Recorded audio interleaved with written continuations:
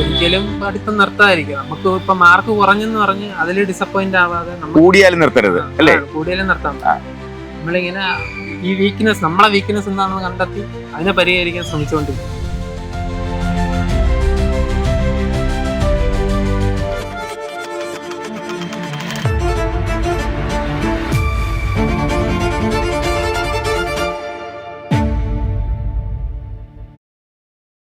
കേരള PSCയിലാവട്ടെ അല്ലെങ്കിൽ സഹകരണ പരീക്ഷയിലാവട്ടെ 1ാം റാങ്കുകൾ സ്വന്തമാക്കുക എന്നൊരു ശീലം സഹകാരി തുടങ്ങിയിട്ട് കാലം കുറേ ആയി.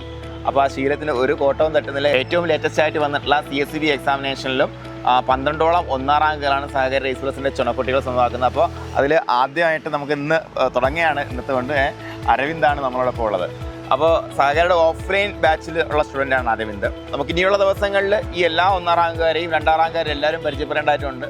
അവർക്ക് ഒരുപാട് കാര്യങ്ങൾ നിങ്ങളുടെ അടുത്ത് പറഞ്ഞു തരാനായിട്ടുണ്ട്.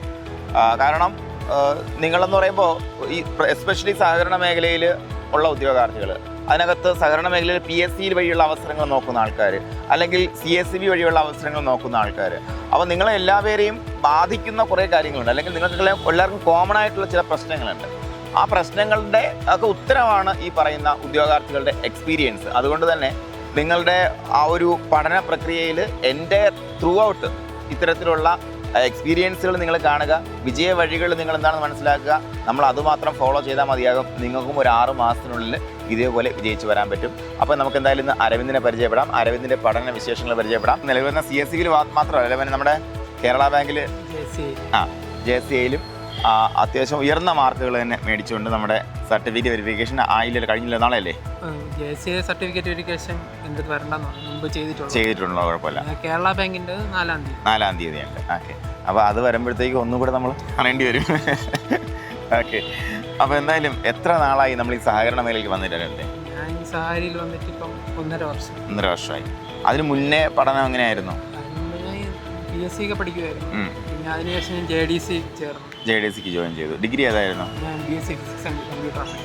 ഫിസിക്സ് ആൻഡ് കമ്പ്യൂട്ടർ ആപ്ലിക്കേഷൻ ആയിരുന്നു. അപ്പോൾ കൊമേഴ്സ് മേഖലയിൽ നിന്ന് വരുന്ന ആളെ അല്ല അരവിന്ദ്. നിങ്ങൾ എസ്പെഷ്യലി ശ്രദ്ധിക്കുക, കൊമേഴ്സ് മേഖലയിൽ നിന്ന് അല്ലാതെ JDC അല്ലെങ്കിൽ HDC എടുത്ത് വരുന്ന ഉദ്യോഗാർത്ഥികളെ സംബന്ധിച്ചിടത്തോളം വലിയൊരു ടെൻഷൻ പലർക്കും ഉണ്ടായിരിക്കും. നമ്മൾ കൊമേഴ്സ് പഠിച്ചിട്ടില്ല, അക്കൗണ്ടൻസി പഠിച്ചിട്ടില്ല. അപ്പോൾ അക്കൗണ്ടൻസി എങ്ങനെ ഉണ്ടായിരുന്നു അരവിന്ദിന്? അക്കൗണ്ടൻസി ഭയങ്കര ഇഷ്ടമായിരുന്നു. തോന്നിയിട്ടില്ല. ഓക്കെ. അപ്പോൾ അക്കൗണ്ടൻസി വലിയ വിഷയമില്ല. പിന്നെ നമുക്ക് കോപ്പറേറ്റീവ് ലോ എങ്ങനെയാണ് നമ്മൾ അതിനെ പരിചയപ്പെട്ട് പഠിച്ചെടുത്തത്? കോപ്പറേറ്റീവ് ലോ ഒക്കെ പഠിക്കാൻ ഭയങ്കര പാടായിരുന്നു. ഒന്നും മനസ്സിലാവും. സാറിന്റെ ക്ലാസ് നല്ല അടിപൊളി ക്ലാസ് ആയിരുന്നു. നല്ല വൈബിലാണ് ക്ലാസ്. പഠിച്ചെടുക്കാൻ നല്ല എളുപ്പമായിരുന്നു. ഓക്കെ. അപ്പോൾ അങ്ങനെ ആ കോപ്പറേറ്റീവ് ലോ എന്ന് പറയുന്ന ഒരുപാട് പേരുടെ പ്രശ്നമാണ്. കോപ്പറേറ്റീവ് ലോ പഠിച്ചെടുക്കാൻ ബുദ്ധിമുട്ടാണെന്നുള്ളത് അല്ലേ? അപ്പോൾ എപ്പോഴും സാറെപ്പോഴും പറയാറുണ്ട്, നിയമത്തെ പഠിക്കുന്നതിനെ കൂടുതൽ പരിചയപ്പെടാനാണ് എളുപ്പം, അല്ലെങ്കിൽ പരിചയപ്പെട്ട് പഠിക്കുക എന്നുള്ളത്. അങ്ങനെ പഠിച്ചാൽ ഒരിക്കലും നമ്മൾ മറക്കത്തുമില്ല. അപ്പോൾ സാറിൻ്റെ ഒരു മെത്തേഡും അങ്ങനെ തന്നെയാണ്. അപ്പോൾ പൊതുവേ ഇങ്ങനെയുള്ള ഡിഫിക്കൽട്ടായിട്ടുള്ള ഓരോ ടോപ്പിക്ക് കൈകാര്യം ചെയ്യുന്നതിന് അതിൻ്റേതായ മെത്തേഡുകളുണ്ട്. നിങ്ങളെല്ലാം മനസ്സിലാക്കി വെച്ചേക്കുക. അപ്പോൾ ഇത്തരത്തിലാണ് നമ്മൾ JDC കഴിഞ്ഞിട്ട് ഈ ഒരു മേഖലയിലോട്ട് വന്നത്. അപ്പോൾ ഇപ്പോൾ നമുക്ക് നിലവിൽ ഏതൊക്കെ ബാങ്കിലാണ് റാങ്കുകൾ വന്നിട്ടുള്ളത്?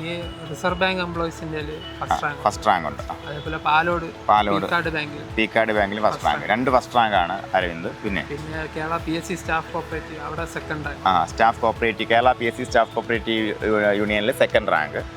Thiruvananthapuram district cooperative employees first rank. അപ്പോൾ 2 ഫസ്റ്റ് റാങ്കും 2 സെക്കൻഡ് റാങ്കുമാണ് അരവിന്ദ് ഇപ്പോൾ ഈ ഒരു പരീക്ഷയിൽ സ്വന്തമാക്കിയിട്ടുള്ളത്.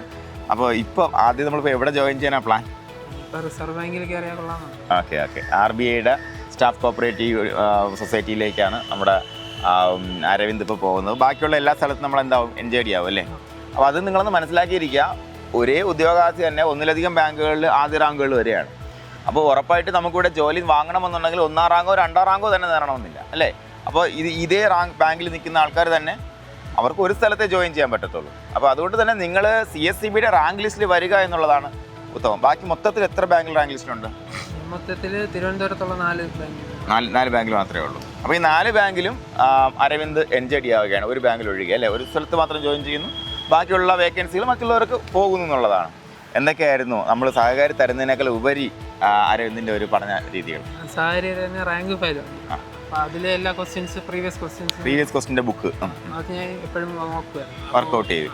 ഒരു ക്വസ്റ്റ്യൻ നോക്കും, പിന്നെ ഒരു കുറച്ച് ദിവസം കഴിഞ്ഞിട്ട് അത് വീണ്ടും ഒരിക്കൽ കൂടെ നോക്കും. ആൻസേഴ്സ് കൂടുതൽ ഡീറ്റെയിൽ ആയിട്ട് പഠിക്കാം. ആൻസേഴ്സും നമ്മുടെ ഓപ്ഷൻസും കൂടെ ഉള്ള വിശദമായുള്ള പഠനമാണ്. അതായത് നമ്മുടെ പ്രീവിയസ് ക്വസ്റ്റ്യൻ നമ്മൾ ഈ ഡിസ്കഷനിൽ വരുന്ന പോലെയുള്ള പഠനം അല്ലേ. അപ്പോൾ നമുക്ക് സഹകരിയുടെ ഈവനിങ്ങുള്ള ലൈവ് സെഷൻ എന്ന് പറയുമ്പോഴത്തേക്കും പരമാവധി നമ്മൾ ഇതുവരെ ചോദിച്ചിട്ടുള്ള ചോദ്യങ്ങളും ആ ചോദ്യങ്ങളുടെ ഓപ്ഷൻസ് എന്താണ്, അല്ലെങ്കിൽ അതുമായി ബന്ധപ്പെടുത്തി ഇനി എന്തൊക്കെ വരാൻ സാധ്യതയുണ്ട്, ഇതിനെക്കുറിച്ചുള്ള വിശകലനമാണ് നമ്മുടെ ലൈവിൽ വരിക. അപ്പോൾ അതൊരു ഭയങ്കര സ്ട്രാറ്റജിയാണ്. കാരണം നമുക്ക് PSCയുടെ തന്നെ പ്രീവിയസ് ക്വസ്റ്റ്യൻസ് പരിശോധിച്ചിട്ട് നമ്മൾ ഇങ്ങനെ പഠിക്കുകയാണെന്നുണ്ടെങ്കിൽ തന്നെ നിങ്ങൾക്ക് ഒരു 5 മാർക്ക് വെറുതെ കിട്ടും. അതായത് 100 ചോദ്യങ്ങൾ ഇതിന് മുന്നേ ഉള്ള കഴിഞ്ഞ വർഷത്തെ ചോദ്യങ്ങളെടുത്ത് വിശകലനം ചെയ്യുകയും അതിനകത്ത് അതിനൊക്കെ വന്നിരിക്കുന്ന ഓപ്ഷൻസുമായി ബന്ധപ്പെടുത്തിയിട്ടുള്ള ബാക്കി കാര്യങ്ങൾ പഠിച്ചു കഴിഞ്ഞാൽ നമുക്ക് ചുമ്മാതെ കുറച്ച് മാർക്ക് സ്കോർ ചെയ്യാൻ പറ്റും. ഭയങ്കര എഫക്റ്റീവായ സ്ട്രാറ്റജിയാണ്, നമ്മുടെ ലൈവിൽ ഫോളോ ചെയ്യുന്ന സ്ട്രാറ്റജിയാണ്. അത് കൃത്യമായിട്ടും അരവിന്ദ് സ്വന്തമായിട്ട് ചെയ്തിട്ടുണ്ടായിരുന്നു, മിടുക്കൻ, കൺഗ്രാറ്റ്സ്.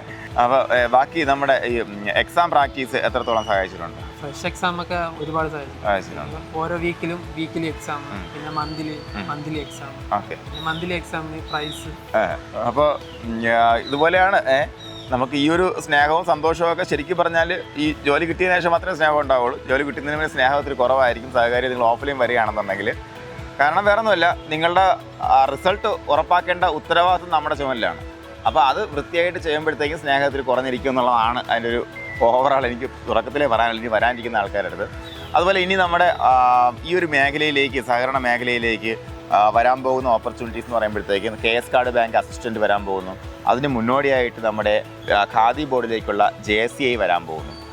പിന്നെ നമ്മുടെ CSCB വഴി ഒത്തിരി അവസരങ്ങൾ വരാൻ പോവാണ്. CSCB വഴി അവസരങ്ങൾ എന്ന് പറയുമ്പോൾ നമുക്കൊന്ന് കേരള ബാങ്ക് ബൾക്കായിട്ട് 900 പേരുടെ ലിസ്റ്റ് ഇട്ടിരിക്കുന്നു അല്ലേ. അതുപോലെ നമ്മുടെ JSCI ലിസ്റ്റ് ഇട്ടിരിക്കുന്നു. ഇത് രണ്ടും വിളിക്കുന്ന സമയത്ത് ഒരുപാട് പേര്, എസ്പെഷ്യലി നമ്മുടെ ബാങ്ക് കാറ്റഗറിയിലുള്ള ഒത്തിരി പേര് ബൾക്കായിട്ട് കൊഴിഞ്ഞു പോകാൻ പോകുന്നു നമ്മുടെ കോപ്പറേറ്റീവ് ബാങ്കുകളിൽ നിന്നും. അവിടെ ഒരു വലിയ വാക്വം ക്രിയേറ്റ് ചെയ്യാൻ പോകുന്നു. ഉറപ്പായിട്ടും 2025 അടുത്ത് വരുന്ന നോട്ടിഫിക്കേഷനിൽ 350-ലധികം വേക്കൻസികൾ വരാൻ സാധ്യതയുണ്ട്. അപ്പോൾ ഈ ഒരു അവസരത്തിൽ ഒരുപക്ഷെ ഫ്രഷ് ആയിട്ട് തുടങ്ങാൻ പോകുന്ന ഒരു ഉദ്യോഗാർത്ഥിക്ക് പോലും സഹകരണ മേഖലയിൽ ഒരു ഉറച്ച വിജയം ഉണ്ടാക്കാനുള്ള സാഹചര്യം ഇവിടെ കാണുന്നുണ്ട്. അവർക്കെല്ലാം കൊടുക്കാൻ പറ്റുന്ന സന്ദേശം എന്താണായിരുന്നു? ഒരിക്കലും പഠിത്തം നിർത്താതിരിക്കും. നമുക്ക് ഇപ്പൊ മാർക്ക് കുറഞ്ഞെന്ന് പറഞ്ഞ് അതിൽ ഡിസപ്പോയിന്റ് ആവാതെ നമുക്ക് കൂടിയാലും നിർത്തരുത് അല്ലേ, കൂടിയാലും നിർത്താൻ. നമ്മളിങ്ങനെ ഈ നമ്മളെ വീക്ക്നെസ് എന്താണെന്ന് കണ്ടെത്തി അതിനെ പരിഹരിക്കാൻ ശ്രമിച്ചുകൊണ്ടിരിക്കും. അതിനുവേണ്ടി നമ്മൾ കൃത്യമായിട്ട് നമ്മുടെ എഫേർട്ട് ഇട്ടുകൊണ്ടിരിക്കുക. അവസാനം നമ്മുടെ ആദ്യത്തെ ഒപ്പിടുന്നത് വരെ അത് ഇട്ടുകൊണ്ടിരിക്കുക എന്ന് മാത്രമാണ് പറയാനുള്ളത്. അപ്പോൾ അടുത്ത സക്സസ് സ്റ്റോറിയിൽ നമുക്ക് പിന്നെയും കാണാം. Thank you.